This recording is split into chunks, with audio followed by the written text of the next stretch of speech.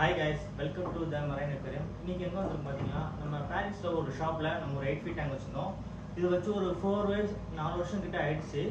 இந்த டேங்க்ல என்ன பிரச்சனை பார்த்தனா சம்ப் வந்து லீக் ஆயிடுச்சு. இவங்க வந்து ஒரு பிரிண்டிங் மிஷின் கம்பெனினால ஃபுல்லா லீக் ஆகி ஃபுல்லா நிறைய டேமேஜ் ஆயிடுச்சு. அப்ப அண்ணா என்ன சொன்னாரு, டஃபன் டேங்க் மாத்திடலாம்டா. இது ரொம்ப நாள் பிளான் இருந்துச்சு. அதே மாதிரி இந்த ஃப்ளட்ல வந்து கொஞ்சம் மீன்லாம் அடி வாங்கிடுச்சு. திருப்பி இந்த டேங்க் ரெடி பண்ணணும்னு சொன்னோம்னா நாங்க டஃபன் டேங்க் எல்லாமே ரெடி பண்ணிட்டோம். இப்போ இந்த ஃபிஷ் பார்த்தீங்களா, இது வந்து ஒரு நாசோ வெரைட்டி இருக்குது. இது என்னோட ஃபேவரட் ஃபிஷ் இது வந்து ஒரு 1 feet இல்ல 2 feet கிட்ட வளரும். இந்த மீன் பார்த்தீங்கன்னா உங்களுக்கு ரொம்ப ஹார்ட் வெரைட்டி. அதே மாதிரி நல்ல பழக்கம். இந்த ஃபிஷ் வந்து உங்களுக்கு ரொம்ப ஃப்ரெண்ட்லியாக இருக்கும். நம்ம கூப்பிட்டா வரும், நம்ம ஃபீட் பண்ணும்போது கையிலே ஃபீட் பண்ணுவோம், கடிக்காது, எல்லா மீனோட விடலாம். இது நேம் வந்து வெலமேங்க நாசோ. இது என்னோட ஃபேவரட் ஃபிஷ். இது வேற. அதே மாதிரி இப்போ வந்து இந்த மீனில் பார்த்தீங்கன்னா உங்களுக்கு லைட்டாக தெரியும், போனில் வந்து உங்களுக்கு டேமேஜ் ஆகுது. காரணம்னா கரெக்டான ஃபீட் இல்லாததுனால. இப்போ உள்ள இஷ்யூஸ் என்னன்னா, வளர்ற மீன் எல்லாருமே என் கஸ்டமர் எல்லாரும் கேட்கறது என்னன்னா, ஃபிஷ்ல அந்த மாதிரி போன் வருதுறான்னு. அது வந்து நம்மளுக்கு எப்படி ஸ்பைனல் கார்டோ அதே மாதிரி ஃபிஷ்ஷுக்கு அதோட போன்.